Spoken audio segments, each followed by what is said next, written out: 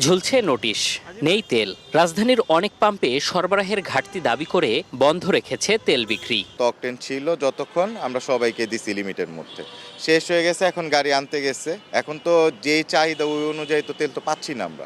যেসব পাম্পে তেল দেওয়া হচ্ছে সেগুলোতেও লম্বা লাইন। বাইকে 500 থেকে 600 টাকার তেল নিতে লাইন ধরে অপেক্ষা করতে হয় 4 থেকে 5 ঘন্টা, যা প্রভাব ফেলছে নগরীর ব্যস্ত জীবনে। যে জায়গায় ইচ্ছা মতো যাইতে পারতাম ওইখানে ইচ্ছা হলেও যাওয়া যাচ্ছে না এই তেলের সংকটের কারণে।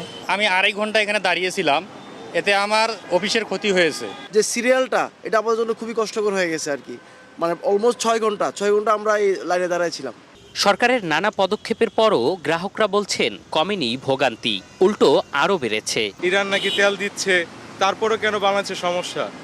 সরকারের কাছে একটি আবেদন থাকবে আমাদের যাতে তেলটা ঠিক মতো দেয়। চাহিদা অনুসারে আসলে যে কটা পাম্প খোলা থাকে তারা তো চাইলেও দিতে পারতেছে না। বাইরের থেকে ওই যে মোটর সাইকেল 2-1 নিয়ে যায়, তাদের থেকে 200 টাকা করে তেল কিনাও আমাদের ইউজ করতে হয়।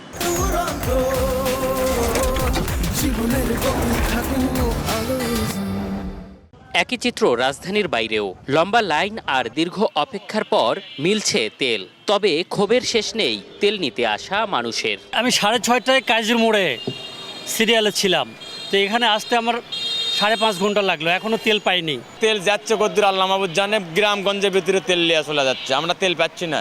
অসাধু ব্যবসায়ী যারা এনারা মজুত করেছে, এই জন্য আমরা তেল সংকটের মধ্যে পড়তেছি। দীর্ঘ অপেক্ষার পর তেল পাওয়া গেলেও পরিমাণ নিয়ে সন্তুষ্ট নন গ্রাহকরা। এম এ আজিম, সময় সংবাদ, ঢাকা।